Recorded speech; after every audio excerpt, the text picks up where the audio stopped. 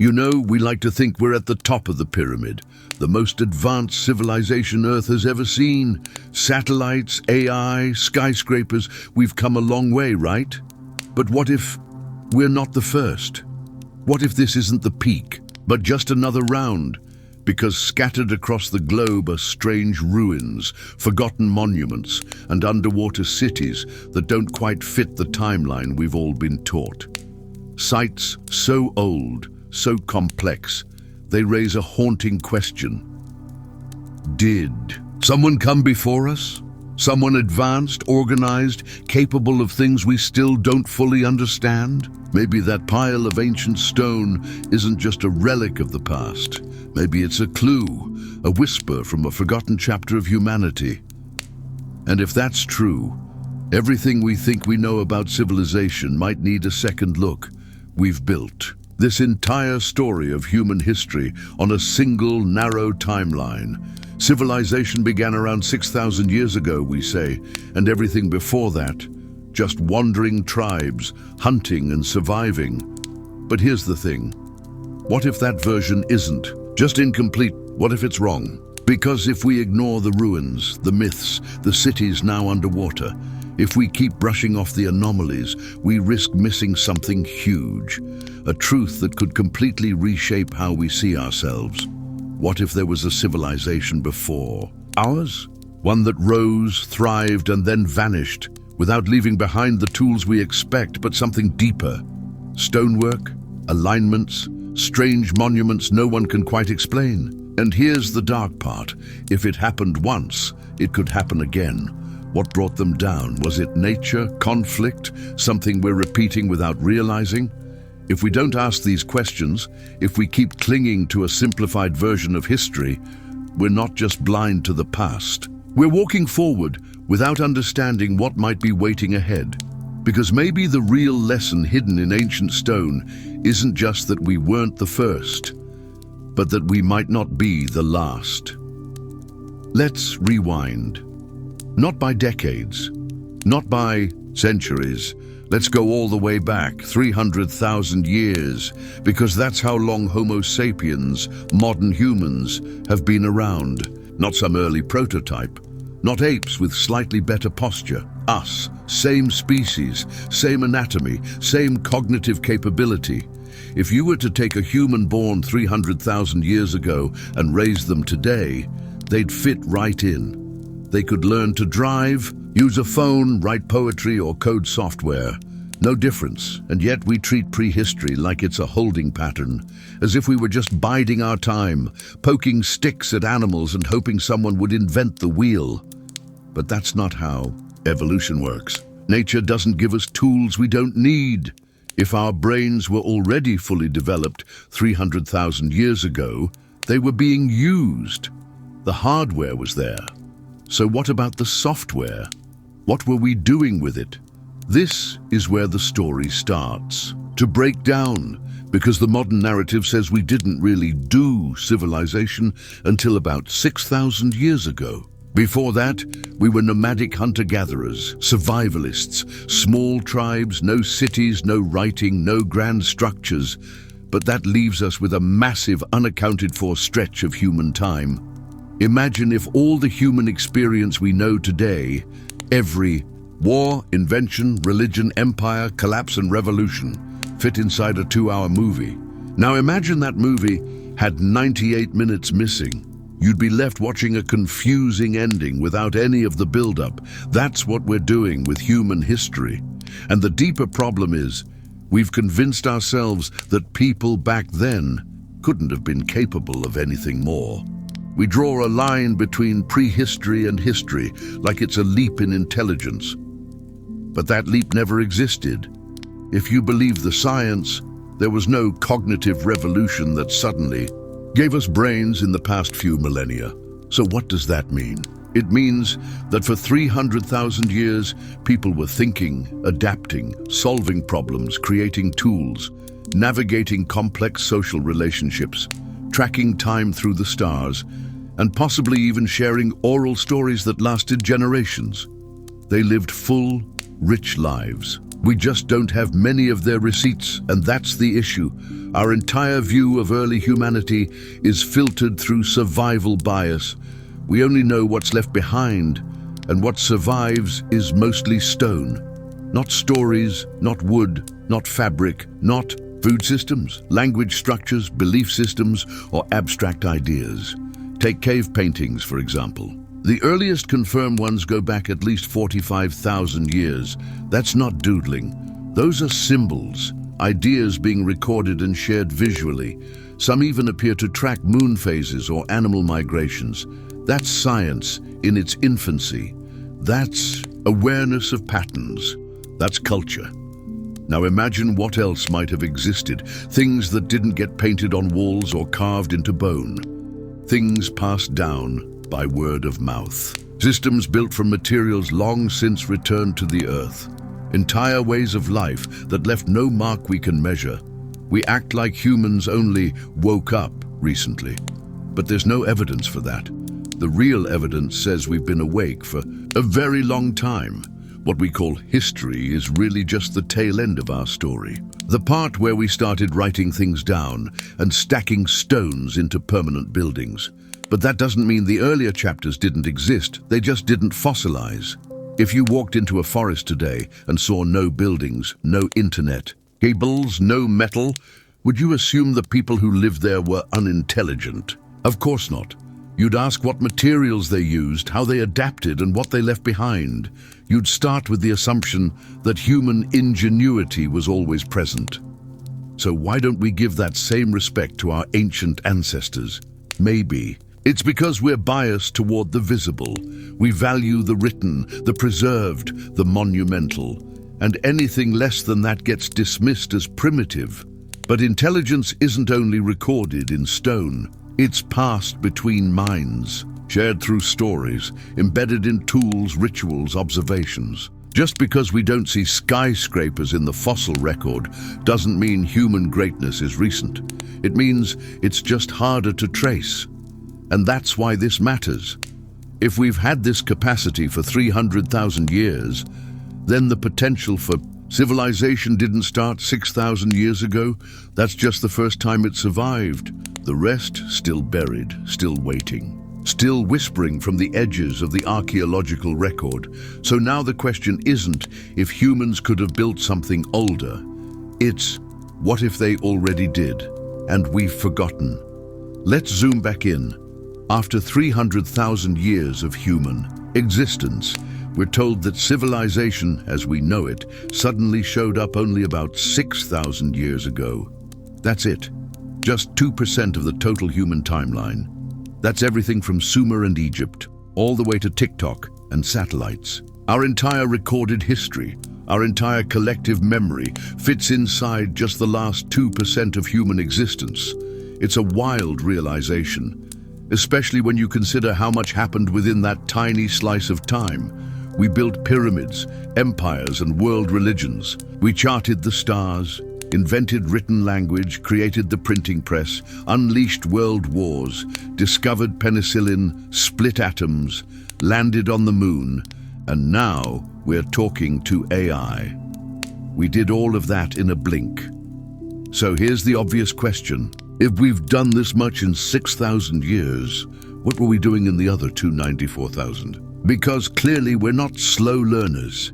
The idea that we were all just living in tents and chasing mammoths for 250,000 years, then suddenly figured everything out in the last few thousand, feels off, like we're missing something. Let's take a closer look at what we call civilization.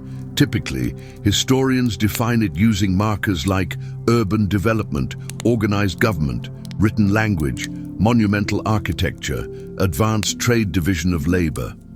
These are all great indicators, but they're also extremely visible ones. They leave behind physical, permanent traces, stones, walls, inscriptions, records. But what about civilizations that didn't rely on permanent structures? Or ones that passed down knowledge orally instead of writing it? What if a society valued impermanence, adapted to changing climates, and left no centralized capital or stone monument? Would we even recognize that as civilization? Because if we only define civilization by what survives through millennia of erosion, flood, and tectonic activity, then we're only ever seeing a fraction of the full picture. Now, to be fair, it's not that historians are being dishonest. It's that they're working with what they have. The 6,000-year timeline is based on the oldest written records we've uncovered. Clay tablets, scrolls, carvings, things that didn't rot away. But survival doesn't equal origin. Just because we haven't found evidence of older civilizations doesn't mean they didn't exist. It just means they may have existed in ways that are harder to detect, or in places we haven't looked, or in many cases beneath oceans or jungles or layers of volcanic ash. Think about it. Even today, most of our cities are on coastlines. If sea levels were to rise by 100 meters, as they did at the end of the last ice age, what would be left of us 10,000 years from now? Maybe a few stone foundations, maybe. Which raises an even darker twist. What if other civilizations have already risen and fallen, and we're just the most recent iteration? That sounds dramatic, sure, but it's not science fiction. It's a serious question rooted in archaeology, geology, and basic logic. If we could do all this in 6,000 years, then it's perfectly reasonable to assume that others like us, in different times and places, might have tried it too. Maybe they didn't have smartphones, but maybe they had other technologies, other solutions, other forms of complexity we don't yet recognize. Maybe they built with wood or with earth, or in patterns we haven't thought to interpret yet. Maybe they left behind myths we now call stories, clues encoded in memory rather than stone. And maybe, like us, they thought their world would last forever. But here's the kicker: most of what makes a civilization civilized doesn't survive time. Language dies, culture fades, cities collapse, rivers shift course, forests reclaim. What's left behind, what we call history, is just the hardest stuff to destroy. We judge ancient humanity by what's preserved, but preservation is an exception, not the rule. It's a cosmic accident when something lasts long enough to be found again. And even then, it still has to be found in the right place, by the right person, at the right time. So when we say civilization only began 6,000 years ago, we're really just saying that's as far back as our most durable evidence goes. It's not a definitive starting point. It's a line in the sand, drawn by time, erosion, and probability, which brings us back to the big picture. If we've done this much in just 2% of our existence, what happened during the other 98%? And more importantly, what might we have lost? We know this: modern humans have been here for 300,000 years. And we know this: civilization as we define it only covers the last 6,000 of those, which leaves us with the unavoidable mystery: what happened in the other 98%? That's not a rhetorical question. That's not a footnote. That's the largest unsolved chapter in human history, and we hardly talk about it. Here's what the Standard Model says: for nearly 300 millennia, humans were hunter-gatherers. Small groups, nomadic, no writing, no cities, no monuments. Survival was the full-time job. Then suddenly, around 10,000 years ago, agriculture kicked in and civilization followed. That's the script. But real life doesn't follow clean scripts, especially not for 294,000 years, because when you zoom in on those so-called silent years, they stop looking so simple. Let's start with what we do know. Ancient humans were everywhere. Africa, Europe, Asia, the Americas, even Australia. Thousands of generations explored and inhabited nearly every corner of the planet. They crossed seas, they adapted to ice ages, they tracked the movements of the stars. Some built complex calendars and carved symbolic art long before civilization supposedly began. Take the Blombos cave engravings in South Africa. Some dated to over 70,000 years ago. These weren't just doodles, they were deliberate geometric patterns. Symbolic thought. Then there's the 45,000-year-old cave art found in Sulawesi, Indonesia. Paintings of animals and hand stencils with evidence of planning, layering and storytelling. Or the Venus figurines of Europe, crafted from mammoth ivory and stone more than 30,000 years ago. These weren't toys. They meant something. They were culture. That's not primitive survival. That's the beginning of human complexity. Now here's the uncomfortable part. Most of what those ancient people built we'll never see. Because almost nothing survives 10,000 years, let alone 50,000. Wood, gone. Leather, gone. Textiles, completely gone. Even stone structures collapse, erode, or get buried under sediment and forests. Add to that glaciers, earthquakes, volcanism, and rising sea levels. And it's not hard to imagine entire settlements, entire civilizations vanishing without a trace. And that's not a wild guess. That's what nature does. Even modern cities, left untended for a few hundred years, crumble fast. Over millennia, they disappear entirely. Now imagine how fragile the remains of a wooden port town from 20,000 years ago would be. Or a coastal village that got swallowed by rising seas after the last ice age. Gone, erased, forgotten. Unless you find a fluke, something buried under ash, or preserved in peat bogs, or encased in ice. It's like it never existed. So again we ask, what happened in the other 98%? Did people develop early forms of agriculture and then abandon them during climate shifts? Did they create spiritual or astronomical traditions that later became the roots of myth? Did they rise and fall in cycles, like the civilizations we know from history? Egypt, Rome, the Maya. There's growing evidence they may have. Sites like Göbekli Tepe in Turkey, Mount Padang in Indonesia, and submerged ruins off India and Japan challenge the neat timeline. These places suggest complex societies before the official start of civilization. Maybe not empires, but cultures that planned, engineered, and remembered.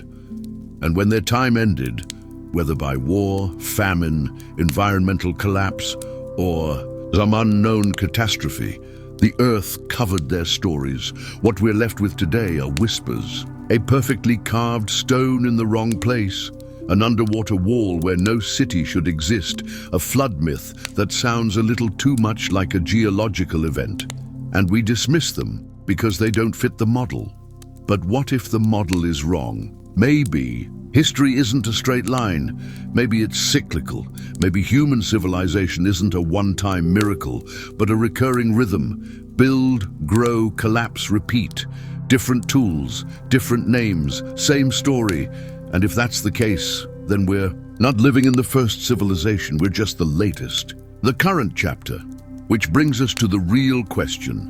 If something came before us, what happened to them? Because whatever ended their story, we should probably understand it. We're just 6,000 years in. That's not old. That's not safe. That's just the beginning. Again, at first glance it looked like nothing, just a hill, dry, rocky, unremarkable. Archaeologists had walked past it for decades, assuming it was just another bump in the Turkish landscape. But in 1994, a German archaeologist named Klaus Schmidt looked closer. And what he uncovered would quietly fracture everything we thought. We knew about the beginning of civilization. The place was called Göbekli Tepe, and what lay beneath that hill was no ordinary ruin. Massive T-shaped stone pillars, some weighing over 10 tons, had been carefully arranged in circular enclosures, monuments of architecture, planning, and effort. The stones were covered in carvings, animals, abstract symbols, and strange humanoid figures. And most importantly, the site was dated to around 11,000 years ago, long before writing, agriculture, or cities were supposed to exist. Göbekli Tepe didn't just predate civilization, it predated farming. This shouldn't have been possible. According to the timeline we've always used, humans at that point were still primitive hunter-gatherers, nomadic, focused on survival, too busy chasing game and foraging to organize labor or engineer stone temples. And yet, here it was. A site so old, so sophisticated, it didn't just stretch the timeline, it threatened to break it. Let's put this in perspective. Göbekli Tepe is 6,000 years older than Stonehenge. It was built before pottery, before metal tools, before the wheel. And yet, somehow, people in the 10th millennium BCE came together and carved megaliths from limestone, transported them across uneven terrain, stood them upright in elaborate geometrical layouts, and decorated them with symbols we still don't fully understand. This wasn't a fluke, it was a statement, something deliberate. And it raised an uncomfortable question. If supposedly primitive people could build this before farming even existed, what else have we underestimated? The traditional explanation for the rise of civilization goes like this. We learned to farm. We settled down, surplus food enabled division of labor. Labor led to social organization. Social organization allowed monumental building and religion. Göbekli Tepe flips that script on its head. It suggests ritual came first, that people may have gathered here not because of food, but because of shared meaning. Maybe it was religion, maybe it was cosmology, but whatever it was, it brought them together. And in doing so, it may have caused the very behaviors, cooperation, planning, agriculture, that we've always assumed came first. In other words, instead of agriculture leading to temples, the temple may have led to agriculture. That's not just a tweak in the timeline. That's a paradigm shift, one that suggests early humans were not just surviving, they were imagining, building, uniting under shared purpose, and doing so at a level we hadn't credited them with. Göbekli Tepe wasn't just old, it was organized, and organization means culture, but the most shocking part, it wasn't even alone. For years, Göbekli Tepe was treated like a strange outlier, a miracle site, something special that somehow didn't fit anywhere in the standard narrative. The unspoken implication was that maybe it was a fluke, something bizarre that happened once and never again. But the deeper we looked, the more that illusion fell apart, because Göbekli Tepe wasn't alone. Just 35 kilometers away lies another site, Karahan Tepe. And it's not a minor discovery. Excavations there have revealed similar T-shaped pillars, complex stone enclosures, and underground chambers. In some ways, it's even more advanced than Göbekli Tepe. Carvings of human faces, serpents, and sunken ceremonial spaces point to a shared tradition. And just like its more famous cousin, Karahan Tepe dates back over 11,000 years. Then there's Hamzan Tepe, Sefer Tepe, Sayburç, and others, scattered across the Şanlıurfa region of southeastern Turkey. Locally, this growing cluster of sites is called Taş Tepeler, or the Stone Hills. These hills aren't random. They appear to form a cultural network, a constellation of sacred or ceremonial places tied to a larger, long-forgotten civilization. That word, civilization, is where things get uncomfortable again. Because if we accept that these sites are linked, it implies a level of regional coordination and cultural consistency far earlier than historians have been comfortable with. It's not just that Göbekli Tepe was old, it's that it wasn't an accident. This was a pattern. You don't get multiple sites, multiple teams of organized builders, shared symbolic systems, and similar architectural principles without shared knowledge and long-standing traditions. That implies communication. It implies a cultural identity that extended beyond just one location. In short, it implies civilization. And here's what's even more important. These sites weren't built after agriculture. They appear to come from the same pre-agricultural context. That throws the classic cause and effect model into chaos. We used to think it went like this: farming, settlements, religion, monumental architecture, but Taş Tepeler flips that. Monuments, social gatherings, shared beliefs, farming, settlements. If you follow that logic, Then ritual and symbolic architecture didn't emerge because we were already civilized. They may have been the reason we became civilized at all. And this leads to another uncomfortable realization. If sites like Göbekli Tepe and Karahan Tepe aren't unique, if they're part of a broader network, then the story we tell about the start of civilization is fundamentally flawed. Civilization didn't begin when we started writing things down. It didn't begin in Mesopotamia just because we found clay tablets there. It began before the ink ever touched the clay, when people came together to carve meaning into stone. The challenge here isn't that we don't have the evidence. It's that we're still trying to make that evidence fit a model built in the 19th century. A model that says progress is linear, that primitive people couldn't do advanced things.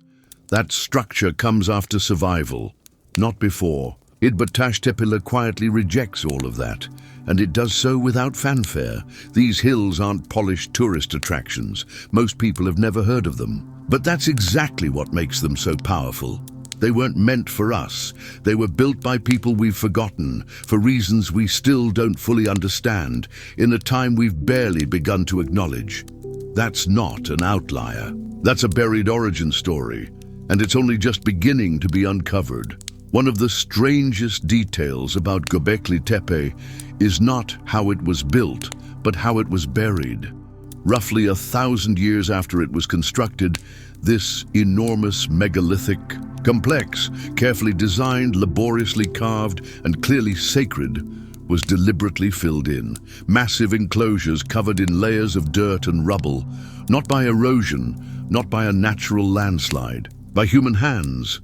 Whoever built it went to enormous effort, not just to raise it, but to hide it. Let that sink in.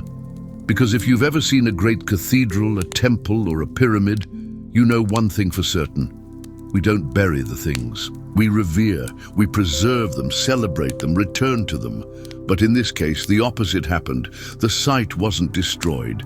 It was entombed, intentionally, covered with tons of backfill, layer by layer, until it vanished beneath the earth. For millennia, no one knew it was even there. It became a hill, a bump on the horizon, forgotten. Why would a society go to such lengths to hide the most sophisticated structure it ever built? We don't have a clear answer, only theories. Some scholars suggest it marked the end of a ritual tradition, and the burial was symbolic, an intentional closure. Others think it might have been a way to protect the site from conflict or invasion. But here's what matters most. This was not accidental. It was ritualized disappearance, and Göbekli Tepe wasn't the only one. Several of the stone hill sites, like Karahan Tepe and Hamzan Tepe, also show signs of backfilling, site abandonment, or deliberate closure. There's a pattern forming, and it's unsettling in the best way, because it means we're not just dealing with scattered ceremonial spots or random stone circles. We're looking at a coherent worldview, one that involved deep symbolism, long-term planning, and perhaps a spiritual or cosmological cycle that demanded closure and concealment. We often talk about the rise of civilization in terms of function: food, defense, shelter. But these sites remind us that ancient people were also concerned with meaning. They didn't just build to live.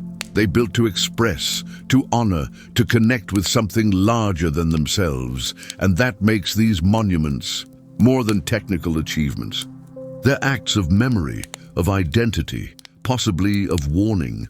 Because what if the burial wasn't just symbolic, but protective? What if they knew what was coming? Climate models show that the period following Göbekli Tepe's construction, around 10,000 to 9,000 BCE, was filled with shifts. Wetter climates became drier, resources changed, human groups moved. It's not unreasonable to think that early people saw the writing on the wall and chose to preserve what mattered most, not in writing but in stone, buried deep, waiting. And if that's true, then Göbekli Tepe and its sister sites are not just monuments from the past. They are messages, quiet, massive, and deliberately planted beneath the surface. Messages we were never meant to see, at least not right away. So here we are, 11,000 years later, digging into the dry soil of southeastern Turkey, uncovering stories that were carefully hidden by people we still don't understand. People we used to call primitive. People who may have had ideas about life, death, and time that we haven't even begun to decipher. That's why this matters, because every pillar, every carving, every buried circle challenges the narrative. It tells us that complexity, intelligence, and even mystery didn't begin with writing. They began much earlier, in places we're just starting to uncover, and perhaps in places we've already walked past, never realizing what was beneath our feet. The stone hills weren't isolated anomalies. They were part of a system, a world-view, a quiet legacy of people who built not just to survive, but to remember. And now, all these years later, we're finally starting to remember them too. If you were to visit Mount Padang in West Java, Indonesia, you'd probably assume it's just a natural hill, covered in grass, dotted with scattered basalt. Stones, it doesn't scream ancient mystery. For centuries, locals knew it as a sacred place, tied to folklore and rituals. But no one suspected that beneath its slopes might lie one of the most controversial archaeological finds in modern history. That changed in recent decades when geologists and archaeologists started taking a closer look, not at what was on the hill, but what was inside it. Ground-penetrating radar, core drilling, and seismic tomography revealed something stunning. Mount Padang wasn't just a natural hill at all. It was layered, engineered. Beneath the surface were chambers, terraces, stone columns, and structured walls, evidence of human modification, construction, and intent.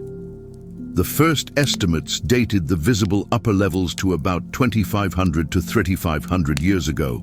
That made sense. But then they went deeper, and that's when things got weird. Samples from deeper layers, much deeper, returned radiocarbon dates of 8,000, 10,000, even 20,000 years ago. If those dates are accurate, Mount Padang becomes the oldest known man-made structure on Earth, older than Göbekli Tepe, older than Jericho, older than the end of the last ice age. And that possibility lit a fire under the academic world, because it doesn't just add a new site to the list, it destroys the list. It challenges the most basic assumptions about what human beings were, capable of before agriculture, before settlements, before anything we associate with civilization. The team behind the excavation, led by Indonesian researchers, published papers suggesting Mount Padang was a multi-layered construction built in stages, with the deepest layers potentially stretching back over 20 millennia. They described massive stone slabs arranged in patterns, evidence of chambers beneath the surface, and the clear suggestion that early humans, or someone, had built here intentionally. That's when the debate exploded. Mainstream archaeologists pushed back hard. They questioned the dating methods, pointing out that radiocarbon dating of soil or organic material near a stone structure doesn't necessarily mean the structure is that old. There are valid concerns. Was the carbon residue introduced later? Was the organic matter directly linked to construction activity? Was there contamination? In 2023, the controversy peaked when a high-profile scientific paper claimed definitive proof of Mount Padang's 20,000-year age. It made headlines around the world, and then, just a year later, it was retracted. Critics highlighted issues with methodology and interpretation, and suddenly Mount Padang went from revolutionary to disputed. But here's the thing. Disputed doesn't mean debunked. Even critics of the 20,000-year claim agree on this much. Mount Padang is far older and more complex than anyone originally thought. The site's multi-layered construction is real. The underground chambers exist. The engineering is deliberate. We may not know the exact date, But we know this, it's ancient and it's not what we expected. And that's enough to make Mount Padang one of the most intriguing archaeological puzzles of our time. It raises a deeply unsettling question. One that echoes across the globe from site to site. What if this isn't the first time humans built something great? What if we've risen before? And if that's true, what brought us down? The question of how old Mount Padang really is isn't just a technical detail. It cuts straight to the heart of everything we think we know about human history.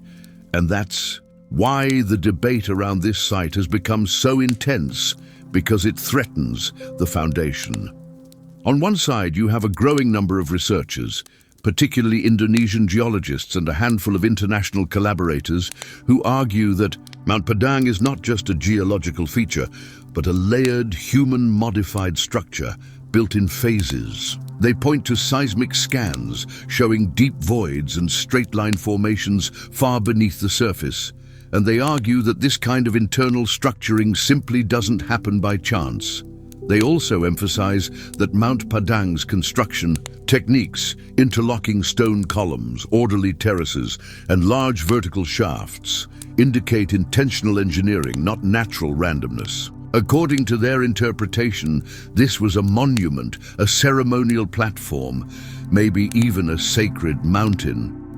And it was started thousands of years before any civilization was supposed to exist. On the other side are mainstream archaeologists and skeptical geologists who remain deeply unconvinced. Their argument isn't that Mount Padang isn't interesting, far from it. It's that the data being used to support these extreme dates is flawed, or at the very least, inconclusive. They raise an important point. Dating ancient sites is tricky. Business.carbon dating is most accurate when it's applied to something clearly tied to human activity, like a piece of charcoal from a hearth or a wooden beam used in construction. But much of the evidence at Mount Padang comes from organic material in soil layers, and soil by nature shifts. It gets mixed. It can absorb organic matter from later periods, giving false early readings. That's what led to the 2024 retraction of the most sensational claim, that Mount Padang was definitively 20,000 years old. Peer reviewers challenged the authors on how they connected their samples to actual human activity. Were they dating a structure or just dirt near a structure? It's a critical distinction. But here's where things get murky. Even with all that skepticism, no one has been able to explain away the deeper anomalies. The internal layering, the chambers, the structured voids, all of that still exists. And the site's upper levels are confirmed to be several thousand years old, older than many nearby megalithic sites in Southeast Asia. So the conversation has quietly shifted. It's no longer a battle between it's 20,000 years old and it's meaningless. Instead, the focus now is on what exactly Mount Padang is and what that means about our assumptions. Because let's step back. We tend to think of history as moving in a straight line, primitive to advanced stone, tools to smart tech, chaos to order. But Mount Padang introduces the possibility that the story isn't linear at all. It might be layered, like the hill itself, with surges of knowledge, culture, and construction, followed by collapse, burial, and forgetting. And if that's true, the argument over exact dating may be beside the point. Whether Mount Padang is 3,000 years old or 13,000, the real question is, how did humans build this place? And why? Because even the most conservative timelines suggest an advanced construction effort that predates metallurgy, wheels, or written records in that part of the world. It implies coordination, planning, symbolic design. It implies purpose. And that purpose, so far, remains a mystery. So does the cultural context. No texts have been found, no artifacts clearly identifying the builders. What we're left with is a monument and silence. And that silence may say more than we think. It tells us that not all knowledge leaves written traces, that some legacies are made of stone and buried with intent or neglect, that sometimes the past doesn't shout, it waits. Mount Padang is still waiting. Beneath its grassy slopes, beneath centuries of assumptions, beneath a debate that may take decades to resolve. But one thing's certain, the hill is not what it seems. Mount Padang may still be wrapped in uncertainty, but one thing is clear, it challenges more than just dates. It challenges the way we think about knowledge itself, how it's built, how it's lost, and how fragile it really is. Because if a site like this could be constructed before the accepted rise of civilization, then we have to ask, how much else have we missed? That's the uncomfortable truth underneath this entire conversation. We act like history is a solid thing, a fixed story carved in stone. But in reality, it's more like a jigsaw puzzle with most of the pieces missing, and a picture on the box that may not even match the real image. Mount Padang is one of those pieces. Awkward, mismatched, too early, too complex, too persistent to ignore. So what do we do with it? The mainstream approach tends to be cautious, rightfully so. Extraordinary claims need extraordinary evidence. We don't want to rewrite history every time someone finds a weird rock. But there's a danger on the other end of the spectrum too, that we become so protective of the existing timeline, we dismiss legitimate clues simply because they're inconvenient. That's what makes Mount Padang so symbolic. Not just as a site, but as a case study in how we approach mystery.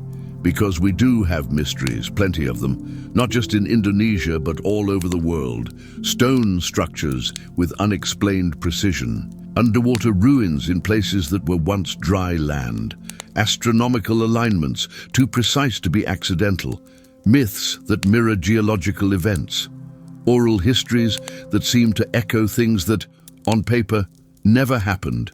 Individually, they're anomalies. Together they start to whisper a different story, not one of aliens or lost supertech, but something more grounded and in some ways more profound. A story where civilization didn't just appear once, 6,000 years ago, but may have risen and fallen multiple times.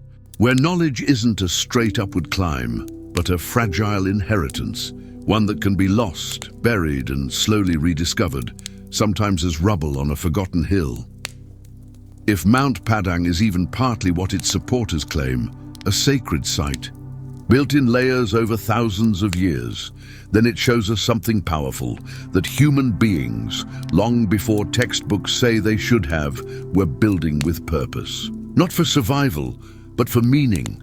That's what ties it to Göbekli Tepe, to the stone hills, to other strange and scattered sites across the world. They weren't just structures, they were statements. Maybe about the cosmos, maybe about death, time, or gods, maybe just about legacy, but they mattered, and maybe that's the most haunting part.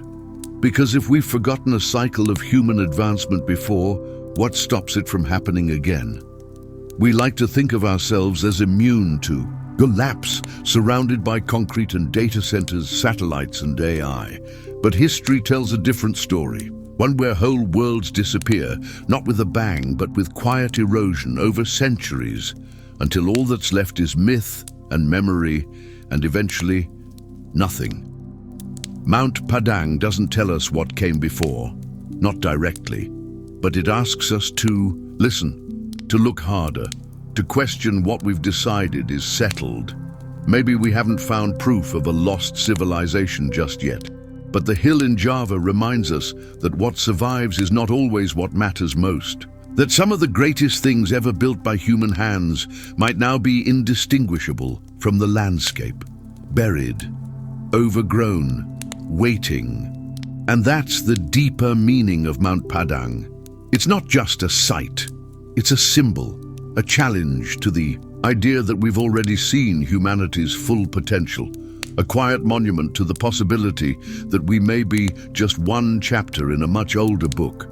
Its earlier pages crumbled, its ink washed away, its meaning almost lost. Almost. We often think of the ocean as a boundary, something that separates continents, an endless expanse we gaze across. But it wasn't always like that. For most of human history, the sea was lower, the coastline wider, and the lands we now call underwater were home to something else entirely. At the end of the last ice age, roughly 12,000 years ago, something dramatic happened.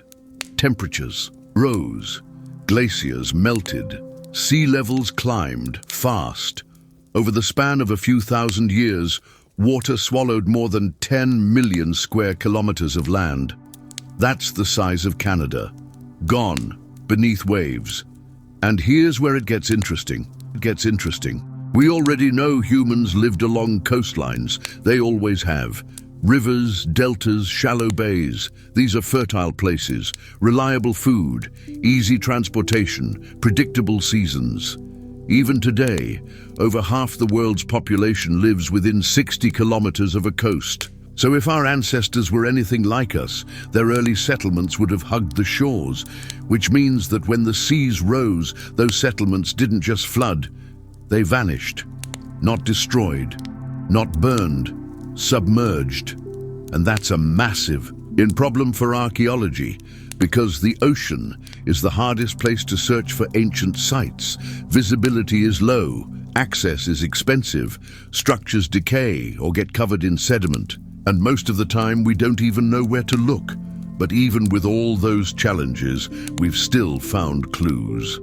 One of the most compelling is off the coast of India, near the modern city of Dwarka. Long thought to be purely mythological, described in ancient Sanskrit texts as a sacred city of the gods, Dwarka was dismissed by scholars for centuries, until sonar scans and underwater exploration began revealing stone walls, platforms, and roads beneath the Arabian Sea. Some of the ruins sit at depths of 30 feet or more, and pottery samples from the area date back at least 7,000 years. Whether this is the literal Dwarka of legend or not, it's clear that something once stood there, something built. Then there's Atlit Yam, off the coast of Israel. Discovered by divers in the 1980s, this Neolithic site lies 10 meters below the Mediterranean and includes stone houses, wells, and even burial sites with preserved skeletons. It's been dated to around 9,000 years ago and shows a high level of organization, water management, domestic living, and ritual burial. The sea didn't just erase ruins, it erased entire chapters of human development. And the most striking example might be Pavlopetri, off the southern coast of Greece. Dating back over 5,000 years, this sunken city includes roads, buildings, tombs, and courtyards, laid out in a grid pattern that suggests intentional urban planning. This wasn't a village, it was a town with structure and sophistication. These underwater sites share something in common. They shouldn't exist based on what we've been taught. They imply advanced settlement and construction far earlier than expected, and in regions now totally inaccessible. But here's the real kicker. These are just the places we've found, and we've explored less than 10% of the ocean floor in detail. That means the vast majority of submerged coastlines, where countless early human communities likely thrived, haven't even been touched by modern archaeology. Imagine what's down there, not just pots and walls, but stories, lineages, possibly even unknown cultures, entire civilizations erased by the rising tide. The ocean isn't just a mystery, it's a vault. A vast, cold archive of things we once knew but have since forgotten. And every now and then, it gives us a glimpse, a foundation, a stone tool, a path beneath the sand. But most of the time, it stays quiet. The question is, for how long? As we push further into the underwater record, the picture becomes less clear but more compelling. Off the southern coast of Japan, near Yonaguni Island, Divers in the 1980s stumbled upon a formation that set off one of the most intense debates in modern archaeology. At first glance, it looked natural. Massive stone slabs tiered like steps sloping into the sea. But the closer they looked, the harder it was to dismiss. The formations were geometric. Right angles, flat planes, columns, grooves and cuts that didn't seem accidental. Some surfaces appeared polished, some blocks seemed fitted. There were even what looked like staircases and what could be interpreted as a large plaza. The site became known as the Yonaguni Monument, and it quickly split the archaeological world into two camps. Some researchers, like marine geologist Dr. Masaki Kimura, believe Yonaguni is a man-made structure, possibly part of an ancient city or temple complex that was submerged at the end of the last ice age. Others argue it's a natural sandstone formation shaped by tectonic movement and erosion. The truth? It's probably a mix of both. Even Kimura's most optimistic reconstructions admit that natural processes played a role. But that doesn't exclude the possibility that ancient humans modified the site, that they recognized the geometry, used it, shaped it, maybe even built on top of it. In other words, the formation didn't have to be completely artificial to hold meaning. It just had to matter to the people who saw it. And that's a recurring theme in underwater archaeology. The line between natural and human is often blurred. Unlike dry land, where foundations, walls, and streets are easier to isolate, submerged structures are harder to read. Covered in coral, eroded by salt and time, they lose their sharp edges. Their stories fade faster. But even with those challenges, the hints remain. In Cuba's Gulf of Guanacabias, sonar surveys in the early 2000s revealed massive stone blocks in a grid-like pattern, 600 meters below the surface. Some reports even claimed to see pyramid-shaped features. The depth was extreme, too deep to have been above water in the last 10,000 years, and that's where skepticism surged again. Were these natural formations, sensor anomalies, or proof of something much older than our models allow? To this day, no comprehensive underwater excavation has been done there. The site remains largely unexplored, not because it lacks potential, but because of the cost, the risk, and perhaps the controversy. Because here's the inconvenient reality. Underwater archaeology is incredibly hard. It requires specialized, diverse submersible technology, remote-operated vehicles, and sonar mapping systems. The equipment is expensive, the visibility is poor, currents shift sand and sediment constantly, obscuring what might lie beneath, and preservation is fragile. Organic materials are almost always lost, and stone, once eroded, can look like nothing at all. All of this means that the ocean hides more than it reveals. Even when we find something, we often can't confirm its origins with certainty. We get fragments, possibilities, patterns.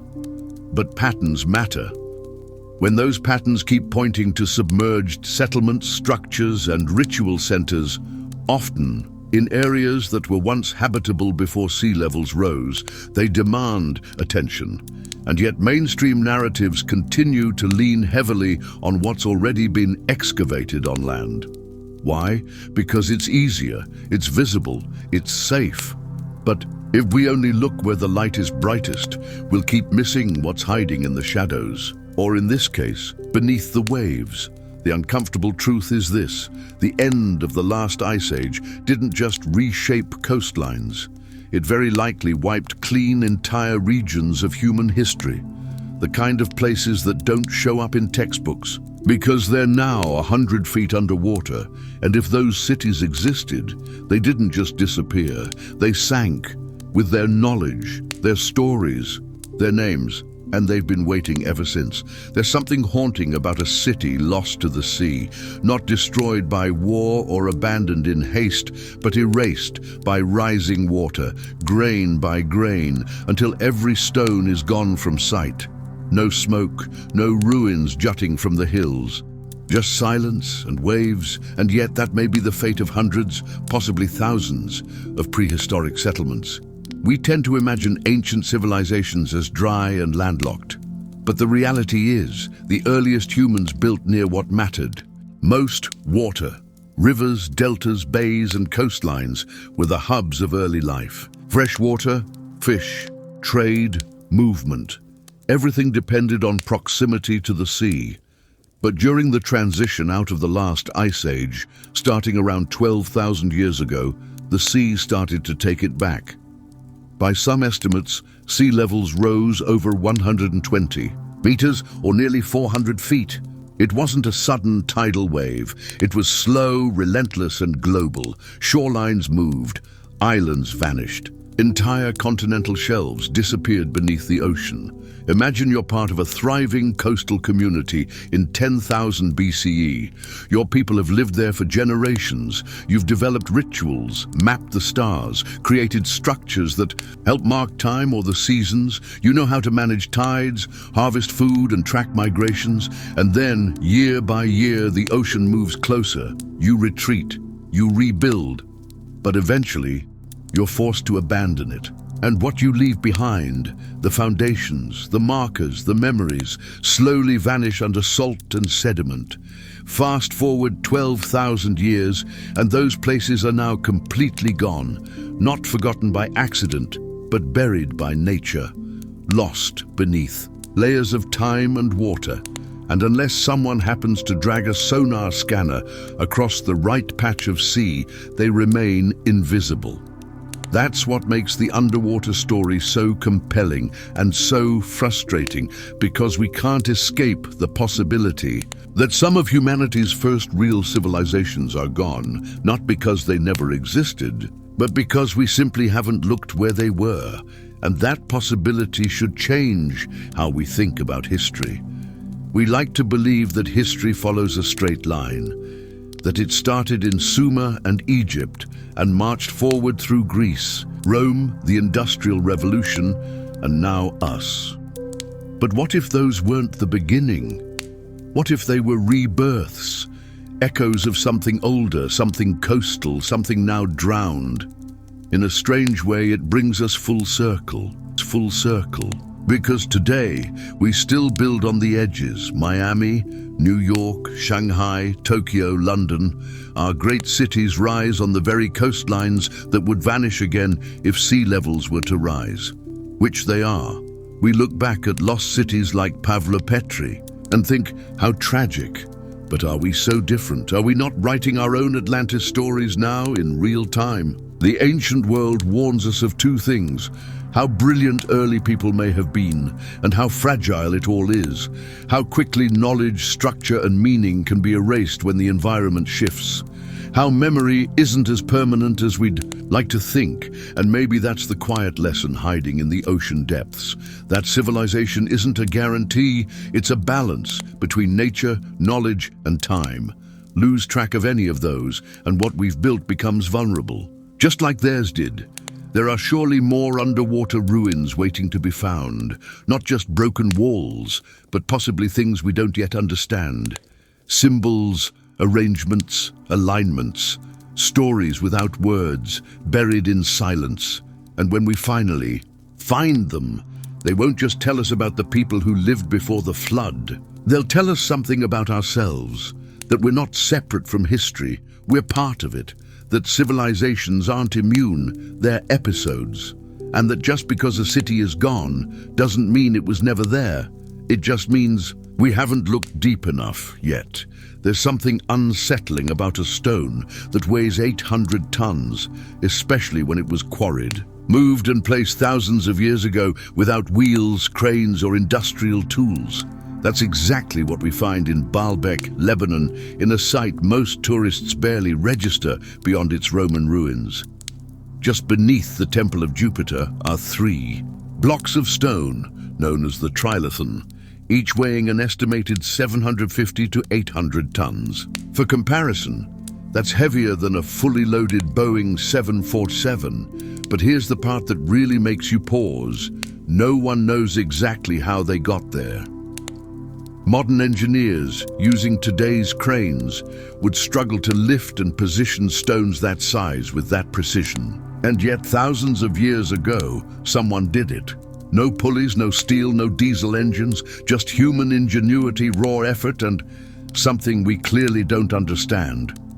Baalbek isn't alone, not even close. Across the globe, there are ancient sites where stonework doesn't match the timeline, where the tools we've assumed were in use can't explain the results we see, where structures weren't just built, they were engineered. In Peru, at a site called Sacsayhuaman, we find massive polygonal stones, some weighing over 100 tons, fitted together so perfectly that not even a razor blade can slide between them. The walls zigzag with calculated precision, as if someone had taken a giant jigsaw puzzle and locked it tight with no adhesive, no mortar, just physics and patience. The official narrative tells us these were built with bronze chisels and stone, hammers. But even experienced stonemasons today look at those joints and say, this doesn't make sense. Cutting stone with that level of precision into irregular multi-angled shapes would take serious planning, templates, trial and error, yet we're told it was done with primitive tools. Further south in Bolivia sits Pumapunku, part of the Tiwanaku complex near Lake Titicaca. It's not as famous as Machu Picchu, but it might be even more perplexing. There, scattered across the plateau, are finely carved H-blocks of stone with 90-degree internal angles, perfectly straight grooves, and drill-like holes arranged with mechanical regularity. The stone is andesite, one of the hardest materials to work with. Some of the cuts look machine-made, and yet no machines existed, at least none we've ever found, when Pumapunku was supposedly built over 1,500 years ago. Skeptics argue that the builders had exceptional skill, and that may be true. But even exceptional skill has limits, especially without the right tools. So how do we reconcile these structures with the technology supposedly available at the time? The answer often offered is simple. We don't. We just describe them as wonders and move on. But these wonders are trying to tell us something. They suggest that the people who built them were far more advanced in certain ways than we've credited them for. That they understood materials, geometry, planning and construction at a level that seems out of sync with their era. And when you put these sites side by side, Baalbek, Sacsayhuaman, Pumapunku, you begin to see a pattern of monumental ambition, technical precision and unknown methods. Not magic, not aliens, just something we haven't figured out yet. And perhaps most telling of all, many of these structures show no signs of experimentation, no half-finished blocks, no discarded pieces. It's as if the builders already knew exactly what they were doing. That kind of confidence doesn't come from chance. It comes from knowledge, the kind that's usually passed down, refined and preserved over generations. So what if we're not seeing the first time humans achieved these things? What if we're seeing the echoes of a lost tradition, a technology, or method that once existed and then faded? A cultural knowledge base that allowed for feats we no longer understand. It wouldn't be the first time knowledge was lost. In fact, history is full of it. Not far from the rolling hills of Wiltshire, England, a circle of massive stones continues to command awe and confusion. Stonehenge, familiar to almost everyone, is more than just an Instagram-worthy landmark. It's a precision-engineered monument that has puzzled researchers for generations. Constructed over multiple phases between 3100 and 1600 BCE, Stonehenge isn't just remarkable because of its age, but because of how far some of its stones were transported. The famous blue stones, for example, originated in the Preseli Hills of Wales, nearly 150 miles away. No wheels, no paved roads, just enormous rocks weighing up to 4 tons, hauled across forests, rivers and terrain that today still slows down trucks. And when those stones arrived, they weren't just dumped in a circle. They were stood up, carefully placed in alignment with solar and lunar cycles. The whole site serves as a complex calendar, an astronomical observatory, and possibly a ceremonial hub. And it's all done with a level of mathematical awareness that supposedly didn't exist yet. How did a Neolithic society, without writing or advanced tools, manage something this precise? That question echoes again on the tiny Mediterranean island of Malta. Here lie the ruins of Hagar Kim and Menasdra, temples built more than 5,000 years ago, making them older than the pyramids and Stonehenge.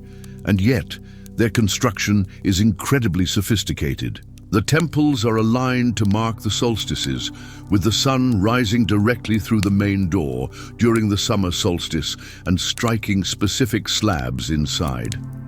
The stones used in these temples are massive, some weighing up to 20 tons, and the builders had no metal tools, no writing systems, and no apparent architectural lineage to copy from. So again, we're faced with a contradiction.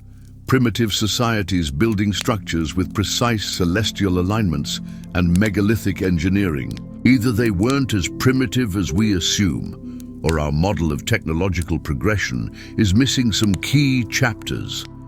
Across the world, in Laos, the mystery continues. This time not with temples or observatories, but with a landscape filled with hundreds of massive stone jars scattered across what is now called the Plain of Jars. Some jars weigh over 10 tons, and their origin remains one of archaeology's open questions. Were they used for burial rituals, storage, ceremonial rites? No one can say for sure. What's stranger is that there's no clear evidence of how they were carved, moved, or positioned. Some jars lie in isolation. Others appear to have been arranged with purpose. But perhaps what's most fascinating about all these sites isn't just the engineering, it's the global pattern. From England to Peru, Malta to Japan, we see echoes of the same impulse. Massive stones, often transported long distances, shaped with astonishing precision and aligned with cosmic or symbolic intent. It's easy to explain one of these away as a cultural outlier, but together they begin to challenge the standard assumptions. How did so many ancient societies, with no contact between them, exhibit such complex engineering, astronomical knowledge, and symbolic architecture? We're not talking about simple huts or rock piles. These are multi-ton constructions, often requiring advanced planning, surveying, and coordinated labor forces. And yet, we rarely see any intermediate stages. No crude prototypes, no earlier failed attempts. It's almost as if the knowledge appeared fully formed, and then, in some cases, disappeared just as quickly. That's the paradox at the heart of these engineering anomalies. Either early human societies were far more advanced than we've credited them for, or they inherited knowledge from even earlier cultures, now lost to time. Neither answer fits comfortably within the standard historical narrative. So instead of confronting it directly, we've often pushed these sites to the fringe, calling them mysteries or wonders, and filing them away without asking too many uncomfortable questions. But history doesn't owe us comfort, and these sites aren't accidents. They're evidence. They're part of a forgotten language, a language of stone that speaks to intention, sophistication, and memory. The kind of memory that doesn't survive in parchment or scrolls, but in structures too large to ignore, too precise to dismiss, and too complex to explain away with primitive tools. They're not proof of aliens, they're not magical, they're just unexplained. And that in itself should make us pause, because it means there's a chapter of human ingenuity, maybe more than one, that we still haven't opened. The megaliths don't shout, they don't offer grand revelations or clear answers, but they persist, and in their silence they raise questions that refuse to go away.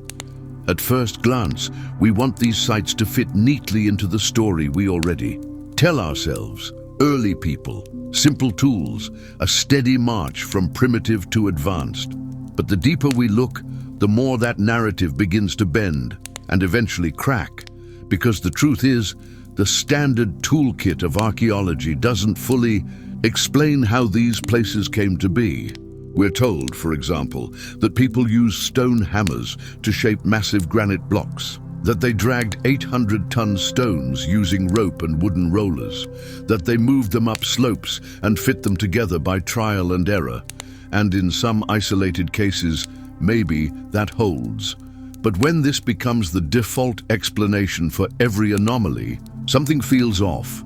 Imagine trying to shape a car out of granite using only a rock and determination. Could you do it? Maybe.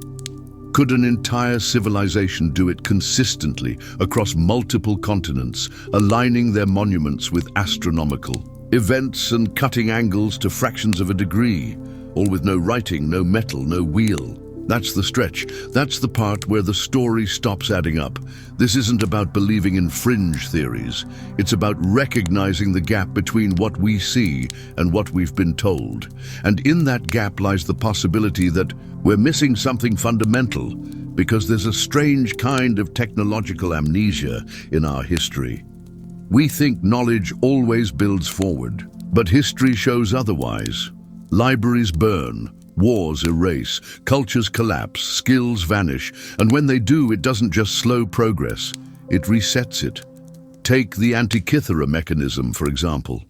An ancient Greek device discovered in a shipwreck. It's a complex analog computer capable of tracking planetary movements. No one expected a technology like that to exist in 100 BCE. It took over a century of study just to begin to understand it. And once it was gone, nothing like it reappeared for over 1,000 years. So what else have we lost? What if the tools to cut and transport megaliths weren't high-tech in our sense, but simply different? What if the ancient world had access to techniques, whether acoustic, chemical, or mechanical, that we've never considered because we're looking through the wrong lens? Even today, engineers and archaeologists who specialize in stoneworking will tell you we don't fully understand how some of these monuments were made, not without assuming a level of organization and innovation that far exceeds the tools attributed to the cultures who built them. And yet, they did build them, which leaves us with two options. Either we're wrong about the timeline, that these people were more advanced than we believed, or they inherited knowledge or methods from even earlier cultures, now lost. And that's where the conversation turns from engineering to memory, because human history at its core is a story of survival, not just of bodies, but of knowledge. And when disaster strikes, whether by war, climate, or catastrophe, it's often knowledge that vanishes first. We've seen it. The fall of the Roman Empire erased thousands of books, techniques, and ideas. In some places, concrete wasn't used again for 1,300 years. When the Library of Alexandria burned, we lost centuries of science, mathematics, and cultural memory in a single blaze. So is it really hard to imagine that something like that happened before history officially began? That a civilization, or perhaps multiple, once knew how to shape, move, and align stone in ways we've forgotten? It's not about fantasy. It's about the humility to admit what we don't know, and the curiosity to keep looking. Today, new tools like LiDAR, ground-penetrating radar, and satellite imaging are revealing more about the ancient world than ever before. Lost cities are being uncovered in rainforests, deserts, and under urban sprawl. Some sites we thought we understood have turned out to be far older and far more complex than originally dated. What this tells us is simple. Our picture of the past is still blurry. The lines we've drawn are pencil, not ink. And the monuments left behind, carved into mountain cliffs, sunken beneath oceans, or hidden beneath jungle canopies, aren't just ruins. They're breadcrumbs, reminders that history isn't always what it seems, that brilliance isn't always recorded, And that human ingenuity, like stone, often outlives the stories we tell about it. Maybe we'll never know exactly how those monuments were built. But acknowledging the mystery is the first step. It means we're paying attention. It means we're listening, and that matters because somewhere beneath those forgotten stones, there's still a voice. And it's waiting for us to understand what it's been saying all along. We often treat myths as metaphors, colorful stories told by ancient people to explain the world before science came along. But what if some of those myths weren't just stories?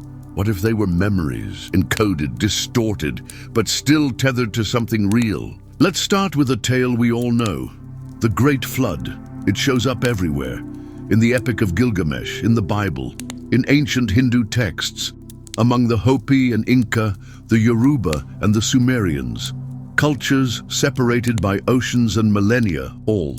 Recall a moment when the world was drowned and only a handful survived. Why? Why this story told again and again? One answer is that it reflects a shared trauma, a cultural echo of something people actually lived through. Because near the end of the last ice age, the Earth's climate didn't just warm slowly, it jolted. Around 800 years ago, the Younger Dryas event struck, an abrupt return to glacial conditions followed by rapid warming. Ice sheets collapsed, massive meltwater pulses surged into the oceans, sea levels rose dramatically. What would that look like to a coastal community?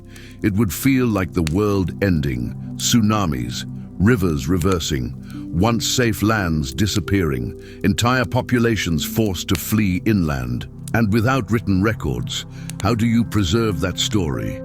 You tell it again and again. You pass it on as myth. And over time, the raw experience becomes wrapped in symbolism. Gods get involved, morality is layered in, but the core memory remains. A flood came, it took everything, and only a few survived. We don't just see this in flood stories. Think about Atlantis. Plato's account is one of the most enduring legends of a lost civilization, highly advanced, suddenly wiped out by catastrophe. Most historians treat it as allegory, a morality tale about hubris. But what if it wasn't? Entirely fictional, Plato claimed to base his account on older Egyptian knowledge. And while the island of Atlantis may not exist in literal form, the idea that an entire society could be erased by disaster, that part holds water, especially in the ancient world. Look at Thera, modern-day Santorini. Around 1600 BCE, it exploded in one of the most violent volcanic eruptions in history, flattening settlements and possibly triggering a wave of destruction across the Aegean. Some archaeologists believe this could be the real event behind the Atlantis myth. But it's not just one story. It's a pattern. Cultures around the world speak of sunken lands, golden ages, sky gods, and destructive fires and floods. Stories, like the Egyptian Zep Tepi, the Norse Ragnarok, the Hindu Yuga cycles, they all speak to time as a cycle. Civilizations rising, falling, and being reborn. What if those patterns aren't poetic invention, but cultural memory? Think about how your grandparents described the world before smartphones or before the internet. It already sounds like a different age. Now stretch that memory across hundreds of generations, passed orally, without books, without databases. You lose detail, but the core endures, especially when tied to trauma. That's what myth may be, compressed memory. A cultural attempt to preserve the truth, not in data points, but in symbols, archetypes, and stories. We dismiss this too easily because we've been taught to separate myth and fact, to see one as fantasy, the other as reality. But the lines are blurrier than we think. Even modern myths, urban legends, conspiracy theories reveal collective fears, beliefs, and sometimes strange coincidences that turn out to be real. Ancient people weren't fools, they were observers.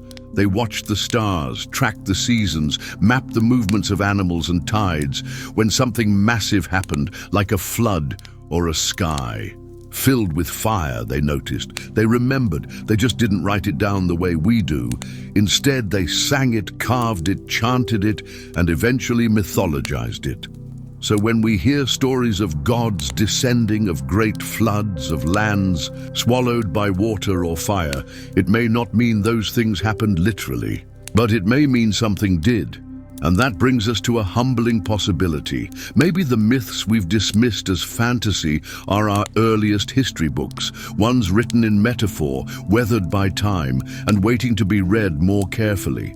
Not for magic or miracles, but for the truth hiding underneath.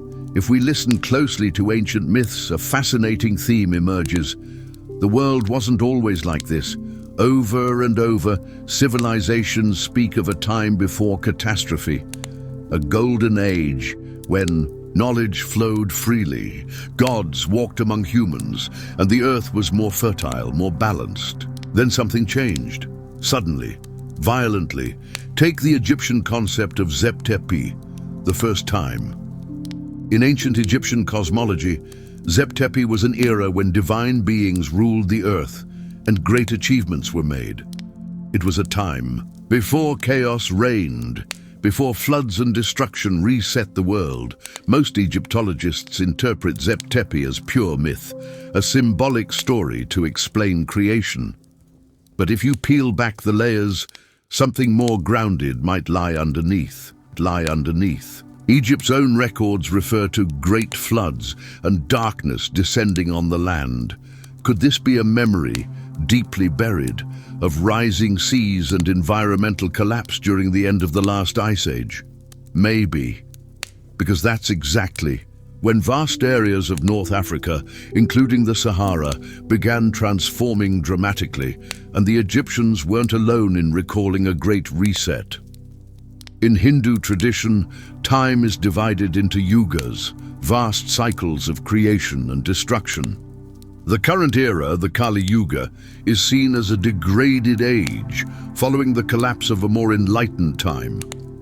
The transition between yugas often involves cosmic floods, wars between gods, or the downfall of powerful beings, all echoing the idea of a previous civilization brought to ruin. Again, this might sound like fantasy until you look at the geological record.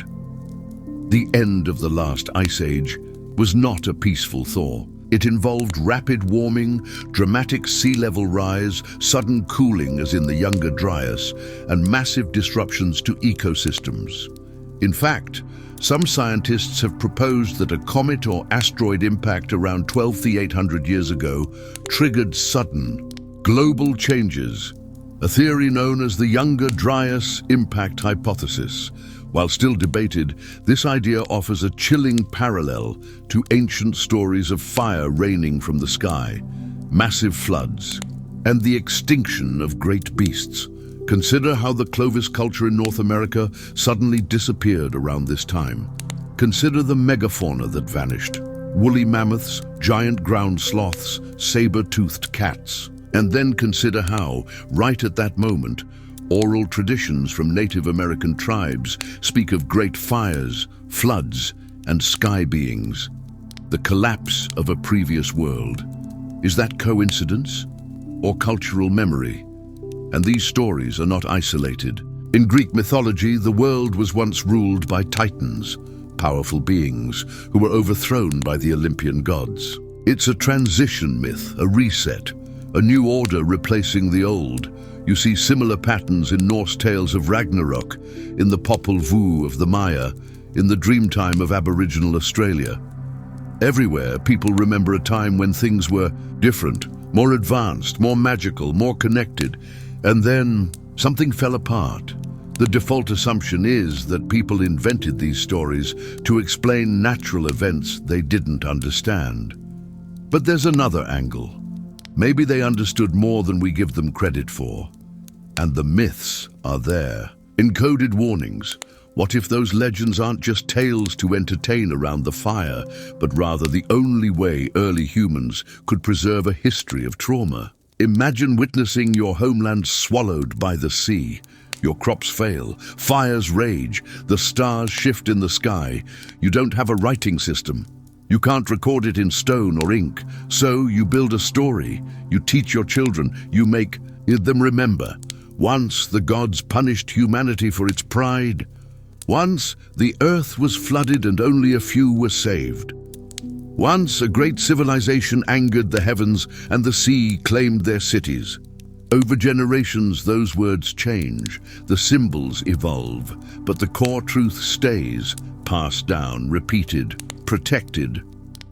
We think of oral traditions as fragile, but in some ways, they're more resilient than books. They survive conquest, migration, disaster. Myths are memory embedded in culture, and they might outlast every written word. The challenge for us today is interpretation. How do we separate symbolism from potential fact? How do we trace the shape of a historical event through the fog of metaphor? It's not easy, but dismissing myths as pure fiction may blind us to humanity's most enduring eyewitness accounts. So when we hear a story about a vanished age or a flood that wiped out the world, we shouldn't roll our eyes. We should ask, what happened? When? Where?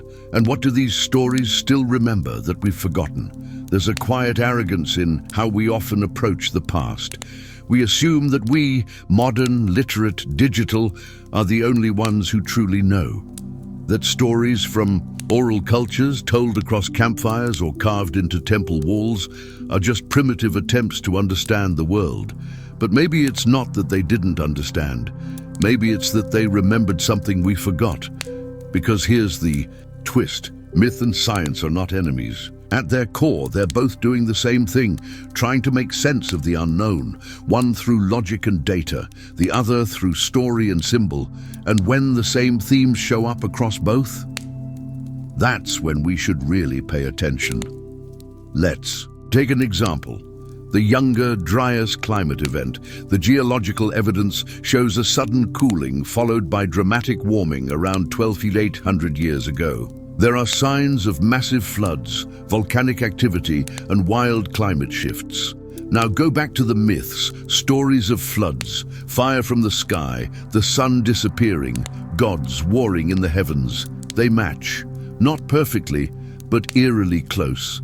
And not in one culture, in dozens. In recent years, archaeologists and climatologists have started paying more attention to these overlaps. There's a growing interest in what's called geomythology, the idea that traditional myths preserve the memory of real geological events, volcanic eruptions, tsunamis, meteor strikes, sea level rise. They leave scars on the land and also in the minds of those who survive, and those memories pass through time in the only way early people could preserve them. Story. This doesn't mean every myth is a literal record. Most are layered with meaning, twisted by time, but somewhere inside there may be a core of truth, and sometimes science can help uncover it. And here's where it gets interesting. If myths do reflect real events, floods, disasters, even lost cultures, then they may also carry warnings. They tell us not just what happened, but what happens next if we don't listen. Think about it. What is a myth like Atlantis really about? It's not just about a lost island. It's about hubris, a civilization that grew arrogant, forgot its place in nature, and was wiped away. Sound familiar? In our own time, we face rising seas, unstable climates, and growing technological risks. And yet we think of ourselves as untouchable, too advanced to fall, too clever to be undone.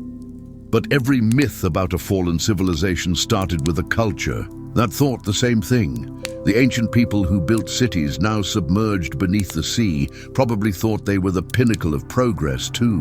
The ones who carved the megaliths, who mapped the stars, who passed down their stories, now they're gone. And the only voices left are in the myths they left behind. We don't have to take every legend at face value. We shouldn't. But we should stop assuming they have nothing to teach us, because whether it's Göbekli Tepe or Atlantis or the flood myths of the Americas and Asia, these stories endure for a reason. They're records, they're warnings, and their invitations. To keep looking, keep questioning, keep listening, to see the past not as a clean, straight line, but as a layered, fragile puzzle. One where every story, every artifact, every whispered myth might be a piece. We'll never have the full picture. Too much is lost to time. But that's not a reason to stop. It's a reason to look deeper. Because somewhere beneath the sands, beneath the waves, and inside the oldest stories we know, a different version of human history waits, one that's more mysterious, more complex, and more interconnected than we ever imagined. The question now is, are we willing to listen before it disappears again? When we look at history, we see what survived. But what we often miss is how much didn't. The truth is, almost everything built, used, or created by humans throughout time vanishes. It rots, rusts, dissolves, or gets ground into dust by wind. And time, we treat history like a permanent archive, but in reality, it's more like a few scraps of paper left after a house fire. Think about how fragile our own world is. Imagine if every human on Earth disappeared tomorrow. No maintenance, no power, just time, rain, wind, and sun. Within a century, buildings would crumble. Roads would crack and vanish under roots and vines. In 1,000 years, most cities would be forests and fields. And in 10,000, almost everything would be gone, except maybe a few stone structures, buried landfills, and the occasional monument of reinforced concrete. So now, imagine a civilization that lived 20,000 years ago, using tools made from wood, bone, or soft metals. They might have built homes, temples, even towns, but unless they carved something into stone or were lucky enough to be buried by a landslide, we'd never know they existed. This is the uncomfortable truth of archaeology. It's not just about what we find, it's about how much we'll never find. Because for history to survive, a lot has to go exactly right. The site has to be preserved, not washed away by floods, burned, eaten by insects, or eroded by wind. Then it has to be discovered by someone trained, equipped, and allowed to excavate. And finally, it has to be recognized, correctly interpreted, rather than dismissed or miscategorized. That's a tall order. Consider something as basic as clothing. Ancient people wore textiles, woven fabrics, dyed, embroidered. But cloth is one of the first things to vanish. Organic materials like leather, rope, wood, feathers, they rot quickly unless buried in very specific conditions. Even bones degrade. In many environments, whole cemeteries can vanish into the earth without leaving a trace. And then there's the issue of scale. Most of what survives from prehistory is not cities. It's tools, bones, hearths. We get excited about monumental structures like pyramids or stone circles because they're rare. But those are the exceptions. The day-to-day realities of most ancient lives are completely gone. Completely gone. Even stone isn't forever. Wind scours it, water cracks it, tree roots shatter it over time. Carvings become unreadable, buildings collapse. Eventually, even the most durable monument becomes just a pile of rocks, unless someone realizes it's more. So when we say there's no evidence of earlier civilizations, what we're really saying is no evidence has survived in a way we've recognized. That's not the same thing as proof of absence. There's a famous analogy used in archaeology. It's like trying to understand an entire book when you only have 10 pages, torn and weathered, scattered randomly across a field. You can guess what the book was about, but how much are you missing? The answer is almost everything. Now combine that with the fact that modern humans have been around for 300,000 years, but the earliest known cities only appear around 6,000 years ago. That's less than 2% of our time on Earth. So what were we doing for the other 98%? The standard narrative says we were hunter-gatherers, roaming, surviving, but not organizing. And sure, for a long time that's probably true. But could there have been pockets of innovation, small-scale civilizations, complex cultures that rose, flourished, and fell, leaving behind nothing we'd recognize. The terrain of history is shaped not just by what happened, but by what survived. And the deeper we look, the more we realize. History is fragile. Civilization is temporary. And what we see today is just the lucky tip of a vast, vanishing iceberg. When we picture ancient civilizations disappearing, we usually think of conquest, famine, or disease. But often, the real culprit is far more patient and far more permanent. Nature over time simply reclaims everything. Take coastlines. At the end of the last ice age, around 12,000 years ago, massive glaciers melted, releasing water into the oceans and raising sea levels by over 120 meters, nearly 400 feet. This wasn't a localized event, it was global. Entire regions that had once been fertile, populated land were submerged, often in slow but unstoppable waves. Now imagine that your civilization lived by the water. Of course it did. Rivers, lakes, and oceans are always prime real estate. But as the waters rose, your temples, homes, and markets were swallowed. And if no one documented your story in stone, it disappeared. We see evidence of this everywhere. From the submerged ruins of Dwarka off the coast of India to the Neolithic village of Atlit Yam beneath the waters near Israel. Both sites were built near coastlines that are now underwater, and both raise a larger question. How many other civilizations have been erased by rising seas, never discovered simply because we're looking in the wrong place? Then there's the violence of tectonic activity. Earthquakes, volcanoes, and shifting land masses don't just destroy cities, they bury them. The eruption of Mount Vesuvius in 79 CE is famous for burying Pompeii, but it's not unique. In Indonesia, volcanic eruptions have repeatedly blanketed vast regions in ash. In Central America, entire Maya cities disappeared under thick jungle, some the result of climate shifts, others from tectonic instability. These natural disasters create time capsules, but also hide and crush anything that isn't perfectly preserved. Meanwhile, inland areas face their own threats. Wind, sand, and rain slowly grind buildings into the earth. In the desert, shifting dunes swallow settlements whole. In forests, vegetation overtakes structures in decades, pulling walls apart with root systems and hiding roads beneath moss and leaves. And let's not forget the role of rivers. Waterways change course, flood their banks, or carve away land. What was once a bustling city center might, 5,000 years later, be the muddy bottom of a floodplain, unrecognizable, unreachable, and unpreserved. In some regions, entire soil layers shift over time, burying ancient sites under meters of sediment. Unless someone digs in exactly the right spot, these sites remain invisible. The truth is, preservation is rare. Archaeologists sometimes joke that history survives in two types of conditions: total dryness or total wetness. Deserts and bogs can protect artifacts by keeping out bacteria, oxygen, and moisture. But in most environments, especially tropical or temperate zones, materials degrade quickly. A wooden structure might last a few hundred years. A bone tool, maybe a few thousand. A mud brick house, not much longer than a generation or two, unless carefully maintained. So when we talk about the lack of evidence for early civilizations, what we're really describing is the brutal filtering system of natural preservation. Only a tiny fraction of human activity survives the conditions of time, geology, and weather. Even sites that are found are often accidents.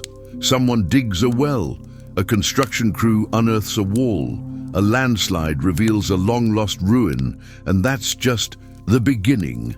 Recognition, funding, and political will must align before a full excavation happens. Many sites once found are reburied or left untouched for decades. There's a quiet irony here. For a civilization to be remembered, it must first be buried or destroyed in just the right way. Too much damage, and nothing is left. Too little, and nature gradually sweeps it away. The randomness of all this means we likely have a very skewed view of ancient human activity. We've found the sites that got lucky, the ones built in the right place, destroyed at the right time, preserved in the right soil, and found by the right person. But how many others were simply in the wrong place? A flood-prone valley, a rising coast, a fault line, a jungle basin, a region now under a dam, a highway, or a modern city. Those stories are gone. Not because they weren't important, but because nature gave them no mercy. And the real tragedy? We don't even know what we're missing, even with all the advances. In science and technology, archaeology is still a bit like fishing in the dark. You toss your line into a vast ocean of time, not knowing what, if anything, you'll pull up. And more often than not, you're casting into the same few shallow waters again and again, because here's the truth. We've only scratched the surface of the human story. Literally. The overwhelming majority of Earth's landmass has either never been excavated or never will be. Some areas are too remote, too politically unstable, too heavily urbanized, or simply too vast to explore inch by inch. Consider this. Less than 1% of archaeological sites worldwide have been thoroughly investigated. That's not a speculative number. It's a rough reality acknowledged even within the field. Most of what we know about ancient civilizations comes from a tiny handful of places that were accessible, preserved, and lucky enough to be noticed. And even then, the discoveries we do make often depend on visibility. Something pokes out of the dirt, a shepherd stumbles on a stone wall, a satellite picks up faint traces of geometric patterns. But what about everything buried deep, covered by later construction, hidden under cities, forests, or farmland? In many parts of the world, layers of human habitation build on top of each other, city upon city, culture over culture. It's like trying to read a book where each page is glued over the last. You can't get to what came first without destroying what's on top. So archaeologists face a dilemma. To dig deeper is to risk destroying history. And in some cases, it's illegal or politically sensitive. Digging under modern cities like Cairo, Mexico City, or Rome isn't just difficult. It's impossible without massive disruption. Now, consider the sites that were simply wiped out before we even knew they existed. Entire valleys flooded to build dams, forests cleared for highways, ancient hills bulldozed for development, war zones where ruins are turned to rubble. Countless potential windows into the past have been lost forever, simply because they were in the way of progress or caught in the crossfire of human conflict. This is what we mean by an archaeological blind spot. It's not that the evidence isn't out there. It's that we don't know where to look, or we can't look, or we're looking and missing it entirely. Our methods, as advanced as they are, still favor large, obvious monumental sites, stone buildings, pyramids, temples. But what about the civilizations that built with wood, or clay, or organic material? The ones whose settlements were modest, but whose culture may have been just as rich. We call them primitive, because we haven't found their cities. But maybe the cities are there, just not where we're looking. Maybe they're under lakes, beneath jungles, erased by mudslides, floods, or fires thousands of years ago. This is where humility comes in. We're used to thinking of history as something complete, like a story we've already outlined, with a few details left to fill in. But what if we've only read the final chapter? What if everything we call the beginning of civilization, Mesopotamia, Egypt, the Indus Valley, is actually a restart? The survivors of something earlier, something lost. There's a growing recognition of this in the archaeological community. Researchers increasingly talk about dark archaeology, the study of the unknown and unknowable, the gaps, the silences, the civilizations that rose and fell without leaving enough behind for us to even suspect they existed. This isn't just speculation. It's a statistical certainty. With 300,000 years of modern human history and only 6,000 years of recorded civilization, the idea that nothing happened in that other 98% is more than unlikely. It's irrational. So instead of asking, where's the evidence of earlier civilizations? Maybe we should be asking, how much evidence have we already lost? And even more haunting, how much have we already found and misunderstood? Because if we're working with only fragments, the risk isn't just in what we haven't seen, it's in misreading the pieces we have, assuming they're the whole story. History is full of surprises, but only if we stay curious enough to keep looking beyond the obvious and humble enough to admit how much we still don't know. We often hear that ancient people were brilliant in their own way, but limited. That they were innovative for their time, sure, but still bound by primitive tools and simple techniques. And that's comforting. It puts history in a nice linear box, from caves to computers, one logical step at a time. But then you stumble onto places that don't quite fit that story. Massive stones cut, moved, and placed with a precision we still struggle to explain. Blocks weighing hundreds of tons, fit together so tightly you can't slip a credit card between them. Sites where the engineering isn't just advanced, it's baffling. Take Baalbek in Lebanon. There, sitting in the ruins of a Roman temple complex, are three stones that defy belief, the trilithon. Each one weighs around 800 tons, about the same as 150 African elephants. They're not lying scattered on the ground either. They were lifted and set into place more than 20 feet off the ground. Here's the strange part. The Romans were incredible builders, but these particular stones were already there when they arrived. The structure they built sat on top of this older foundation. So who placed the trilithon? How did they do it, and why? No one knows. Or consider Sacsayhuaman, high in the Peruvian Andes. There, giant stones are carved into interlocking shapes, so precisely fitted that even after 500 years of earthquakes, the walls still stand, without mortar. These stones weren't just stacked. They were sculpted to connect like puzzle pieces, with curves, angles, and joints that looked like they were cast from a mold. But they weren't. They were chiseled by hand, using tools we still haven't found. And then there's Pumapunku, also in the Andes. Here, blocks of andesite, a stone nearly as hard as diamond, are cut with edges so straight and corners so sharp that they almost look machine-made. Some feature grooves and notches that seem intended to interlock, with tolerances measured in millimeters. For years, archaeologists said these features were decorative. But engineers who've examined them closely have pointed out a strange thing. Many of the cuts don't just look functional, they are. These aren't random artistic choices, they're architectural elements, designed for assembly, not aesthetics. Which raises a big question. Who had the knowledge, and why use it in that way? Now, before you jump to alien theories or lost super technologies, pause. We're not saying these structures are impossible, but they're certainly out of place. Because when we match them against the rest of their time, when we look at what people supposedly could or couldn't do, the gap is enormous. Imagine you're looking at a medieval village with thatched roofs and wooden carts. And in the middle of it, someone has parked a steel-reinforced skyscraper. That's the kind of disconnect we're talking about here. It doesn't mean the skyscraper wasn't built by humans.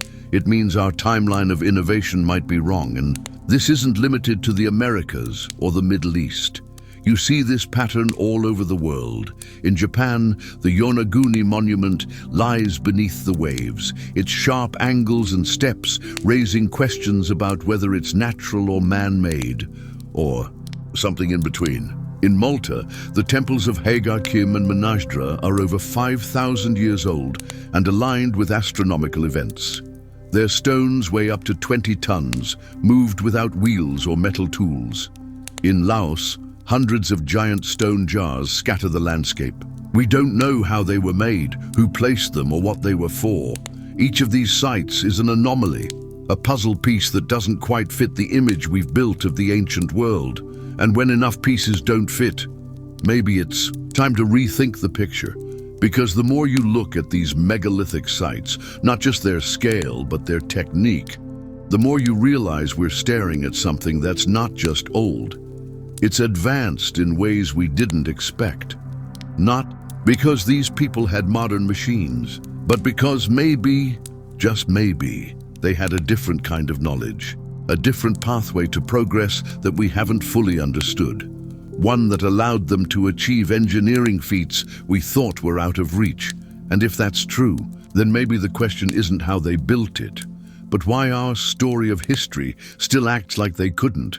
So when we see these incredible structures, monuments of stone built with a level of precision that modern engineers still puzzle over, it raises a simple, haunting question: how did they do it? Now, to be clear, no serious archaeologist believes these ancient people had lasers, levitation, or space-age machines. But what if they didn't need them? What if their knowledge just didn't look like ours? Consider this. We tend to assume that technology follows a single path, from simple tools to complex machines, from wood and stone to steel and silicon. But human innovation doesn't always travel in a straight line. Sometimes, a culture finds an ingenious solution that's effective but unfamiliar to us. Take the use of sound. In recent years, scientists have explored the possibility that some ancient cultures may have used acoustic resonance to move or manipulate stone. It sounds wild, but we already know that sound can be used to levitate tiny particles in lab conditions. We also know some megalithic sites, like the Hypogeum in Malta, are designed with strange acoustics in mind. Is it proof? No, but it reminds us that the toolkit of ancient builders may have included techniques we've simply forgotten. Then there's heat and water. In places like Egypt and Peru, researchers have proposed that stone might have been softened or shaped using thermal processes, heating it, then applying water to cause microfractures. Over time, this could allow precise shaping without modern tools. Again, it's not magic. It's just different thinking. Even something as simple as leverage becomes more impressive when scaled up. Ropes, ramps, pulleys, counterweights, these can do amazing things when mastered. And if you have time, labor, and a culture built around the value of monument building, then it becomes more a question of dedication than of possibility. And maybe that's the real clue: motivation. Because when we ask how ancient people built these things, we're really asking, why would they even try? Why move 800-ton stones when a 10-ton block would do? Why spend generations carving and shaping massive granite slabs when no one else would even understand the effort? Here's the answer we rarely consider. Maybe for them, this was the point. Monumental architecture wasn't just functional. It was spiritual, cultural, symbolic. It was identity, legacy, their way of saying, we were here and we mattered. In today's world, where speed and efficiency rule, we forget that a culture might have seen craftsmanship as sacred, that a temple aligned to the stars wasn't a vanity project. It was a cosmic statement, a way to bring order to chaos, to mirror the heavens on earth, to leave something behind that could outlive generations. So while we ask, why go to so much trouble? The real mystery might be our inability to understand the value system that drove them. Think about how different our priorities are. We build fast and cheap. We design for use, not for millennia. Even our most advanced structures rarely last more than a few centuries. In contrast, many ancient monuments have endured thousands of years, surviving earthquakes, floods, wars, and colonization. This doesn't make us inferior, but it does suggest that our ancestors had a kind of long-term thinking we've largely lost. They weren't just building cities or tombs, they were making statements for eternity. It's also worth considering what's missing. In many of these sites, we don't find tools. We don't find blueprints. Sometimes we don't even find the civilization responsible. Just the stonework, sitting there like an orphaned riddle. That's not unusual either. Most tools rot, wood disintegrates, copper corrodes. What survives is stone, and the questions it leaves behind. And that's the real enigma here. Not that ancient people had superpowers, but that they had sophisticated knowledge systems, practical, mathematical, and cultural, that we don't fully understand. That they used techniques that worked but didn't survive because they weren't recorded in ways we recognize. So we're left with the monuments and the silence. And in that silence, the assumptions creep in. That these people were primitive, that they stumbled their way into greatness, that it must have been a fluke. But the closer we look, the less that story makes sense. Because this isn't about mystery for mystery's sake. It's about the humility to admit we don't know what we thought we knew. And maybe, just maybe, there was a level of genius in the ancient world we're only beginning to rediscover. By now, it's clear, ancient engineering wasn't just about stacking stones. It was about precision, planning, cosmology, and commitment. And what's most fascinating isn't just that these monuments exist, but that they exist everywhere. Across every continent, we find examples of cultures that somehow, in different times and places, achieved similar feats with seemingly no contact with each other. Think about that. South America, the Middle East, Europe, Asia, even parts of the Pacific, all dotted with megalithic structures that share eerie similarities. Take the polygonal masonry seen in Peru at Sacsayhuaman. It shows up again in parts of Egypt. Not identical, but incredibly close in concept. Irregularly shaped stones, locked together without mortar, often with curved joints or internal angles. It's not an easy technique. In fact, it's far harder than just stacking blocks. So why would it appear in cultures separated by oceans and millennia, or the astronomical alignments?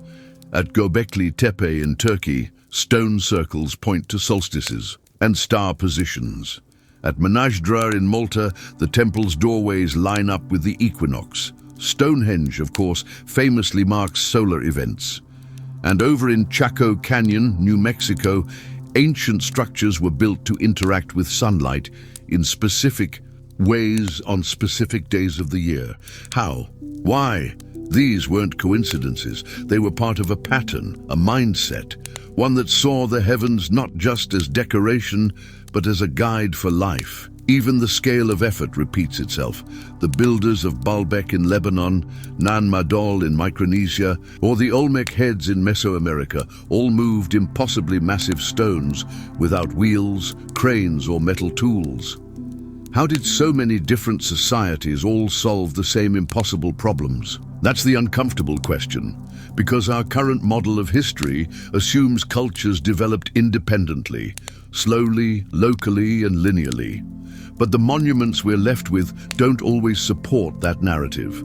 Sometimes they suggest a common mindset, maybe even a shared origin. Now, to be clear, this doesn't mean a single lost super civilization was behind it all, but it does point to a possibility mainstream history rarely entertains, that civilization might be older and more complex than we've been told. That idea once sat on the fringe. But sites like Göbekli Tepe are changing the conversation. Dated to almost 12,000 years ago, it forces us to accept that organized, symbolic, and technically skilled societies existed long before agriculture, cities, or writing. What if Göbekli Tepe isn't the exception, but the first of many forgotten chapters? That's where the Stone Hills network comes in. Karahan Tepe, Hamzan Tepe, Sefer Tepe, all built in the same era, all showing advanced planning, all predating what we thought was possible, and all buried on purpose. And this happens elsewhere, too. In Indonesia, Mount Padang appears to be a pyramid hidden beneath a natural hill. In Japan, the Yonaguni monument lies underwater, its sharp corners and massive platforms still hotly debated. Some believe it's natural, Others say it was carved before sea levels rose. So many of these sites are either buried by time or literally submerged. And that raises another possibility. What if some ancient civilizations didn't just vanish, but were erased by rising seas, earthquakes, or volcanic activity? What if we're seeing only the peaks of much larger cultural landscapes, the tip of the iceberg? We know sea levels rose over 100 meters after the last ice age. That would have swallowed coastlines across the globe. Entire settlements gone. No wonder we find ruins underwater off the coast of India, Greece, and Japan. It's not about fantasy, it's about asking better questions. If we're finding dozens of megalithic anomalies that don't fit our timeline, built by people we can't identify using techniques we don't understand, maybe the problem isn't the sites. Maybe the problem is the model we're using to explain them. To move forward, we don't need to abandon science. We just need to expand our curiosity, to accept that ancient people may have been much more capable, much more interconnected, and much more deliberate than we've assumed. Because once you take a step back and look at the pattern, the global scale of this mystery, it's hard to keep pretending these are isolated oddities. They're not. They're evidence of a story we haven't finished uncovering. A story written not in ink, but in stone. And like all the best stories, it waits quietly for someone to notice it doesn't quite fit the ending we've been taught. We like to imagine the past as something orderly, a long scroll of events neatly documented, preserved in temples, stone, and dusty books. But the reality is far messier. In fact, when it comes to the ancient world, most of human history hasn't been preserved. It's been erased. That might sound dramatic, but think about it this way. Modern humans have been around for at least 300,000 years. Civilization as we know it, cities, writing, monumental structures, covers only about the last 6,000. That's just 2% of our time on Earth. So the real question isn't, where did civilization come from? It's, what happened in the other 98%? The answer? We lost it, and we lost it not because of a conspiracy or cover-up. We lost it because that's what time does. It erases, silently, constantly, without pause. Wood decays, papyrus rots, leather vanishes. Buildings collapse, are swallowed by jungles, buried by ash, or drowned beneath rising seas. Most things ancient humans made, tools, homes, clothing, were organic, and nature has no interest in preservation unless the conditions are perfect. Even metal rusts, even stone erodes, even entire cities can be ground down into nothing more than faint discolorations in the soil. So what chance does the rest of ancient life have? This isn't theoretical, it's observable. Archaeologists constantly talk about the fragmentary nature of the ancient record. For every Göbekli Tepe that survives, how many others were built? In places less fortunate, on coastlines, in flood zones, or in areas later used as farmland. Sites can be destroyed by a single storm, a shifting river, or just the slow creep of forest roots and time. And that's assuming the land stays still. Earth doesn't sit idle. Tectonic plates shift, volcanoes erupt, earthquakes level entire regions. Think of Pompeii, wiped out in hours. Now imagine that happening not to one city, but to a civilization, thousands of years before anyone started writing anything down. If it left no books, no carvings, no enduring monuments, how would we know it ever existed? We wouldn't. Now layer in climate change, not the modern kind, but the end of the Ice Age. Around 12,000 years ago, Earth went through a radical transformation. Massive glacial meltwater surged into oceans, raising sea levels over 120 meters. That's roughly the height of a 40-story skyscraper. Imagine every coastline in the world retreating inland. Imagine every coastal settlement, every fishing village, every sacred site, every trading hub, flooded, forgotten, buried beneath the waves. We know it happened. We've mapped the sea rise. We've found ruins underwater off the coasts of India, Japan, Greece, and beyond. Places like Dwarka and Atlit Yam hint at a submerged world we've only barely begun to investigate.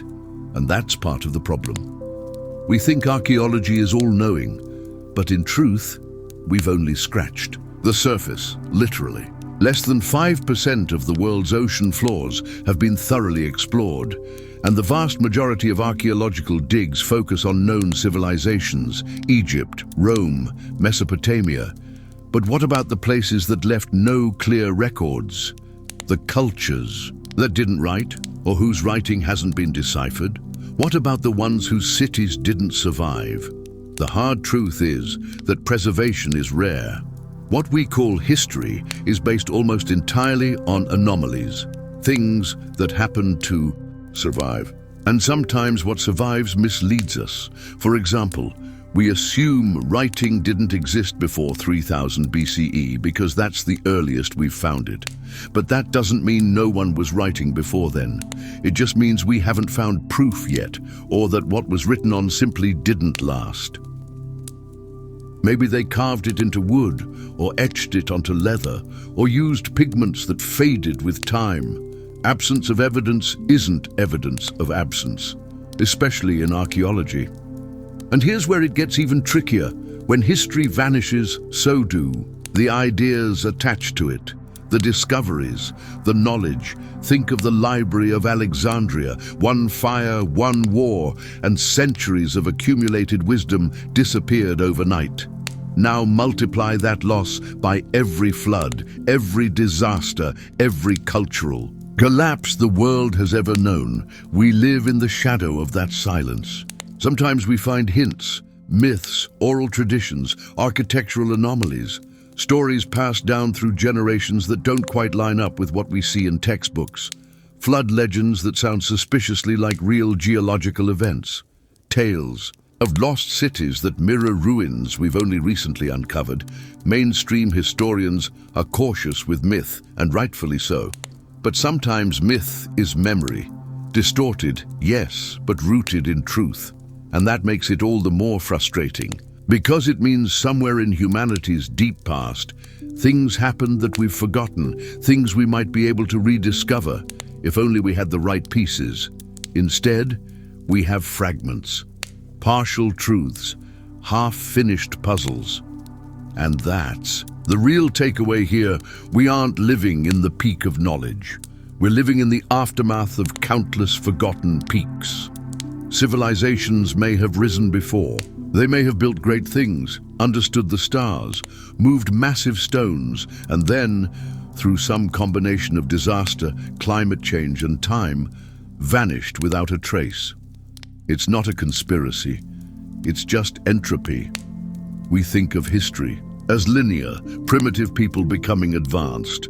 But maybe it's more like a heartbeat, rising, falling, rising again, each time different. Each time leaving behind only faint traces for the next version of humanity to stumble across. Confused, wondering how the past was capable of things we struggle to explain. That's what makes this topic so important, because the danger isn't in what we don't know. It's in pretending we already know everything that matters. If we stop asking questions, if we dismiss the anomalies, ignore the missing years, and cling too tightly to neat timelines, we risk building our future on a foundation that's incomplete. And here's the twist. This isn't just about the past, because if history shows us anything, it's that civilizations fall, not always in flames. Sometimes they erode slowly, invisibly, until one day they're gone. And all that's left is silence, just like the ones before us.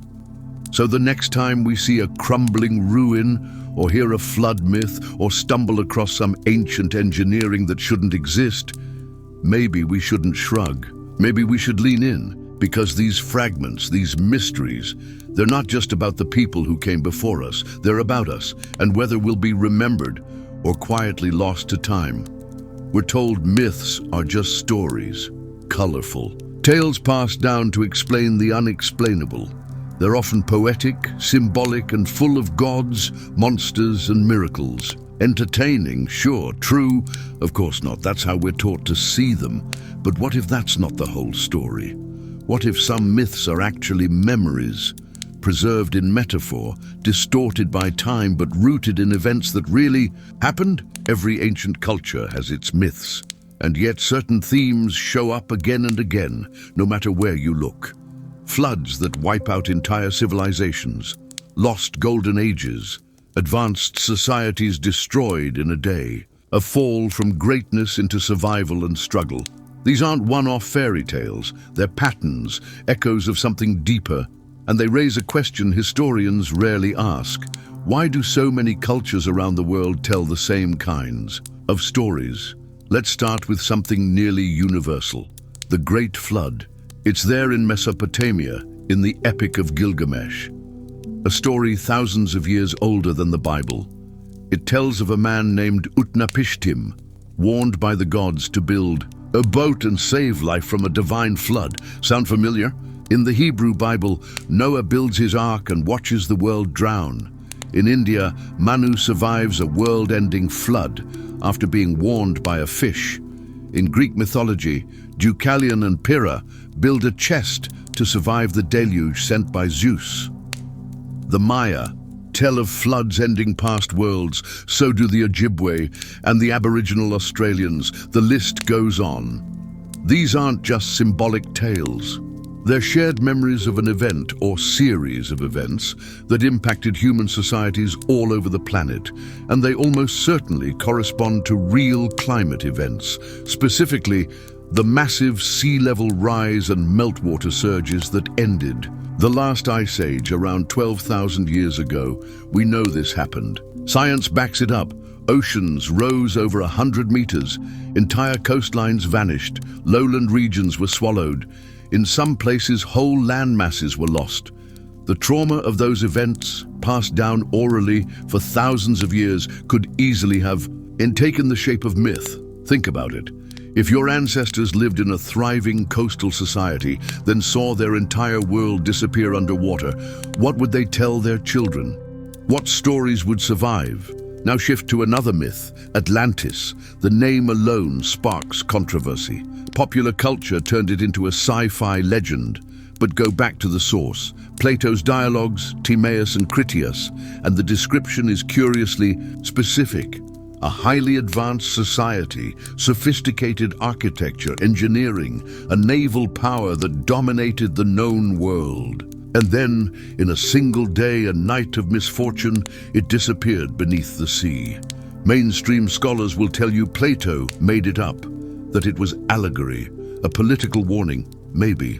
But Plato himself said it was based on older Egyptian records. Records that told of a lost world far older than classical Greece, 10,000 years before his time. Coincidence? Or just another echo of that same memory? Atlantis isn't the only lost civilization myth either. In ancient Egypt, early dynastic priests spoke of the time of Zep Tepi, the first time. A golden era when gods ruled the earth and built great monuments.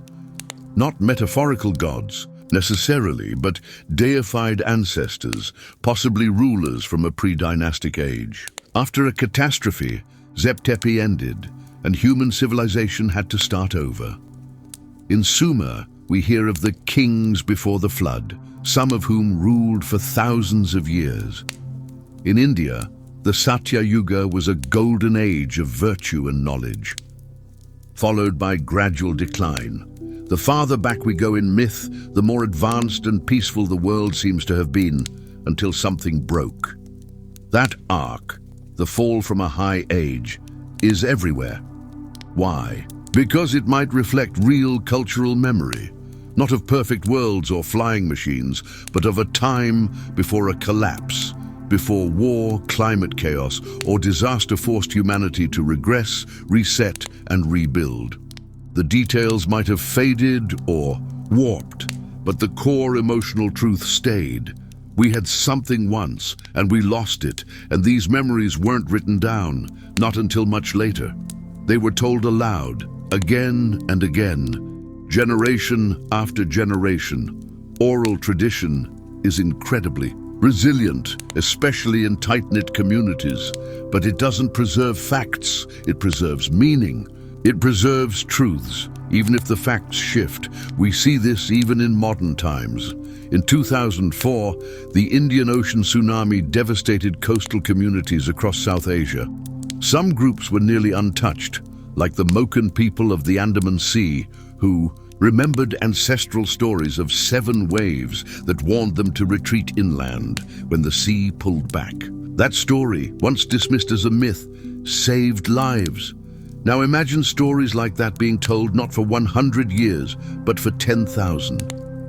Is it so hard to believe that myth once held the keys to real events, especially when archaeology is now finding submerged ruins, ancient climate records, and anomalous sites that match up with the timing and themes of those stories? It forces us to look at myths differently, instead of asking, is this literally true? Maybe we should ask, what truth is this trying to preserve? Maybe when the Maya speak of previous worlds destroyed by flood and fire, they're remembering real cataclysms. Maybe when cultures talk about the people who came before with great knowledge, they're not talking about aliens, but earlier, forgotten human civilizations. Maybe the oldest stories we have are not fantasy, but the last surviving whispers of a world washed away. And that brings us back to today.